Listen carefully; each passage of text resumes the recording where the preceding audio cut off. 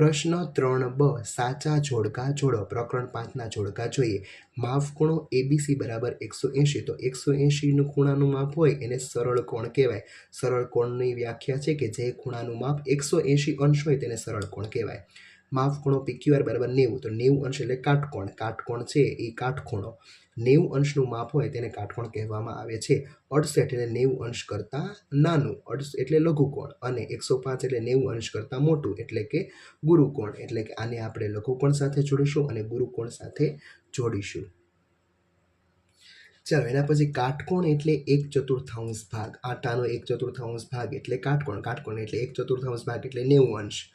ગુરુકોણ એટલે કે 1/4 ભાગ અને 1/3 ભાગની વચ્ચે એટલે કે 90 થી 180 ની વચ્ચે શું આવે તો કે ગુરુકોણ.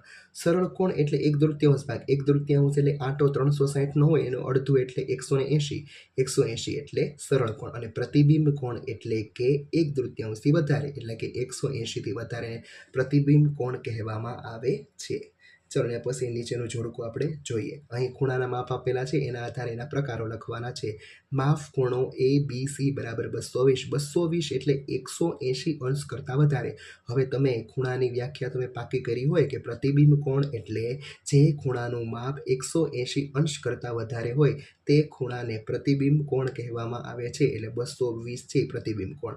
પછી 120 અંશનો ખૂણો છે એટલે 90 અંશ કરતાં વધારે એટલે ગુરુકોણ. ચાલો, એના પછી 20 અંશનો ખૂણો છે એટલે કે 90 અંશ કરતાં નાનો એટલે લઘુકોણ. અને છેલ્લો ખૂણો 90 અંશ આપેલો છે. 90 અંશ એટલે કે કાટકોણ. તો આ કાટકોણ, લઘુકોણ, ગુરુકોણ, સરળ કોણ અને પ્રતિબિંબ કોણ, આ 5 ખૂણાના છે એ વ્યાખ્યા પાકે કરો તો આ પ્રશ્ન ખૂબ જ સરળ લાગશે. અહીં તમારા આ પ્રશ્નનું સોલ્યુશન પૂરું થાય છે. Thank you.